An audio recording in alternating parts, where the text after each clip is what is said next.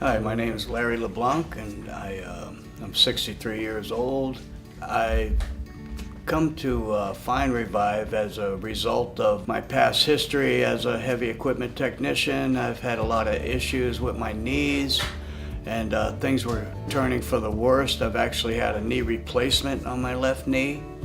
So because of that, we started looking at other options, and I discovered Revive with the stem celling. So I tried it on my right knee about 5 or 6 months ago, and we have noticed an improvement on my knee.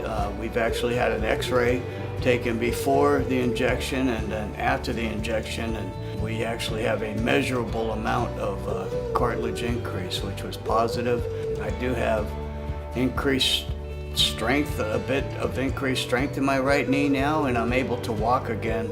The right knee with the stem cell injection is fine. I probably have 120 degrees range of motion there, whereas my replacement knee is only about 89 or 90 degrees.